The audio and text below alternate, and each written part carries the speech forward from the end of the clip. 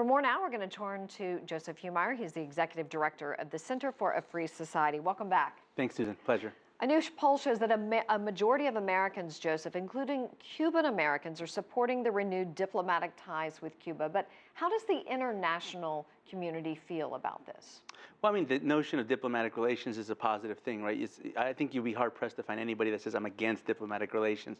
So I think the international community is embracing it. The international community has had diplomatic relations with Cuba for many years, but it's not necessarily that they have a relationship, is what does that relation entail? And I think that's what we're trying to get at with the U.S.-Cuba renewed relation. What exactly is the meat of that new relationship?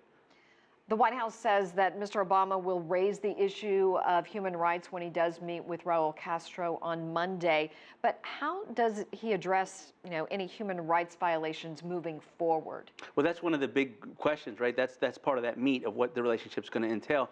And I think the administration has created a bit of a moral hazard with Cuba. So when you insure against bad behavior, you're likely to get more of that bad behavior. And what we've seen since the announcement of Obama reopening embassies and renewing relationship with Cuba, you've seen a more aggressive attitude by the part of the Cuban government against its dissidents and against its civil society.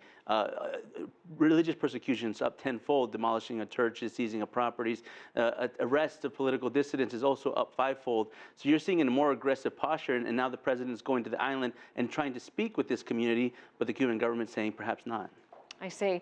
Well, how is that viewed internationally when you look at this? I mean, does the U.S. look like in an international sphere that it is condoning possible human rights violations? In some degree, I think there is certain aspects of the international community saying, well, if you don't say anything and if you don't stand up for it, then initially the United States is taking a backseat to human rights. Although there's other governments, and I think there's still hope to see that the president will actually make this a big part of his trip and will vocalize it, regardless of whatever the Cuban government wants, that the United States is still the superpower of the world, and they're going to make that agenda known once they visit the island. Well, we know that the mail has been restored. We're seeing a lot of interest in the economy in Cuba as the restrictions are lifted. But how and when, what will it take, do you feel like, for this embargo to eventually be lifted, for Congress, the U.S. Congress, to be convinced?